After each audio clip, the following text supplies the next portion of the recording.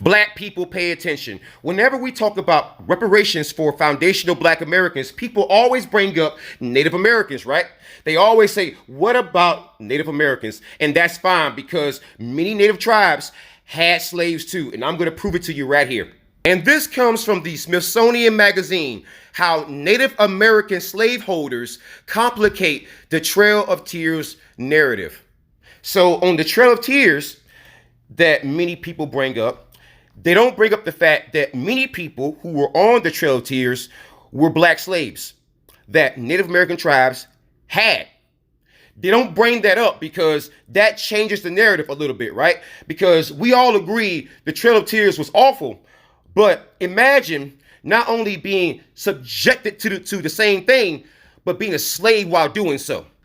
See, we gotta be honest about history here. And now we know that a tribe who belonged to one of the 5 major tribes, who was the Cherokee, and their chief, who was John Ross at that time, had Black slaves. And they made the same march during the Trail of Tears, right? And they were shipped en masse to Oklahoma on cramped boats to their wealthy Indian slave masters.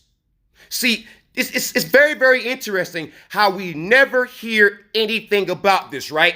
And here we have a picture right here of Cherokee Chief John Ross. This man owned my people. He owned my people, and yet there are several tribes across this country who have casinos, mass land allotments, they get monthly payments, they get health care. We don't get anything, and yet the very same people who enslaved us get all those things.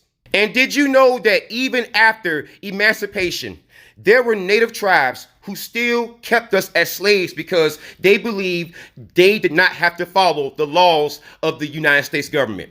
So they said, we're going to ignore federal law and keep these people in chains.